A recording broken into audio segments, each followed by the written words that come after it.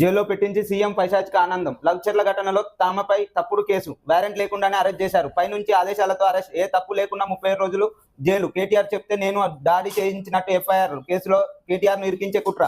కేటీఆర్ ను జైలుకు పంపాలన్నది ముఖ్యమంత్రి రేవంత్ ఆలోచన. మాజీ ఎమ్మెల్యే పట్నం నరేందర్ రెడ్డి, కొడంగల్ మాజీ ఎమ్మెల్యే గారు నన్ను పైశాచిక ఆనందం కోసమే అరెస్ట్ చేయడం జరిగింది. లగ్చర్ల బాధితుల కోసం, రైతుల కోసం నేను మాజీ ఎమ్మెల్యేను, అక్కడ అధికార ప్రతినిధిని కాబట్టి వారి తరఫున కొట్లాడాలి. కాబట్టి రైతుల పక్షాన కొట్లాడితే సీఎం పైశాచిక ఆనందం కోసం తనపై అరెస్ట్ వారెంట్ లేకున్నా కూడా జైల్లో పెట్టడం జరిగింది. 37 రోజులుగా జైల్లో ఉన్న మన పట్నం నరేందర్ రెడ్డి గారు వారిని ఎఫ్ఐఆర్లో కేటీఆర్ పేరు చెప్పినట్టు బదనాం చేసి రాయడం జరిగింది. అంటే కేటీఆర్ను ఏదో విధంగా ఏంటంటే గవర్నమెంట్ డైరెక్ట్ అరెస్ట్ చేస్తే కేటీఆర్ గారు ఎక్కడ జనాలల్లా హీరో అవుతాడని తప్పుడు నివేదికలతో, తప్పుడు ఆరోపణలతో ఆయనను కేటీఆర్ను జైల్లో పెట్టే ఆలోచనలో నరేందర్ రెడ్డి గారు ఎఫ్ఐఆర్లో కేటీఆర్ మీదనే చెప్పాడని రేవంత్ రెడ్డి గారు